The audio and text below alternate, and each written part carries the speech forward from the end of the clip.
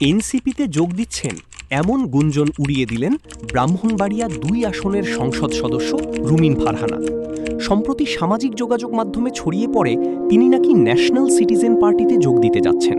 তবে এই খবরকে সম্পূর্ণ ভিত্তিহীন বলে দাবি করেছেন তিনি। জার্মান ভিত্তিক গণমাধ্যম ডয়চে ভেলের একটি টকশোতে অংশ নিয়ে রুমিন ফারহানা বলেন, এটা একেবারেই গুজব, এর সঙ্গে ন্যূনতম কোনো সত্যতা নেই। তিনি জানান, বাংলাদেশ জাতীয়তাবাদী দল থেকে বহিষ্কারের পর স্বাভাবিকভাবেই বিভিন্ন রাজনৈতিক দল তার সঙ্গে যোগাযোগ করেছে। এরই ধারাবাহিকতায় এনসিপির পক্ষ থেকেও তাকে দলে যোগ দেওয়ার আহ্বান জানানো হয়।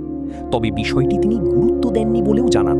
তার ভাষায়, ওরা বলেছে আমাদের সাথে কাজ করেন, কিন্তু আমি এটা নিয়ে আগাইনি। এদিকে শুধু সংসদে বেশি কথা বলার সুযোগ পাওয়ার জন্য কোনো দলে যোগ দেওয়ার প্রশ্নই ওঠে না বলে স্পষ্ট করেন তিনি। রুমিন ফারহানা বলেন, কথা বলার জন্য অনেক প্ল্যাটফর্ম আছে, শুধু ২ মিনিট কথা বলার জন্য আমি কোনো দলে যোগ দেব না। তিনি আরও বলেন, রাজনৈতিক আদর্শ বিসর্জন দিয়ে কোনো সিদ্ধান্ত নেওয়া তার পক্ষে সম্ভব নয়। তার মতে, রাজনীতিতে অবস্থান নির্ধারণে ব্যক্তিগত আদর্শই সবচেয়ে গুরুত্বপূর্ণ। এন্ডিং লাইন, আনসিন জার্নি, অদেখা অভিযাত্রা। দেখুন যা অন্যরা দেখায় না।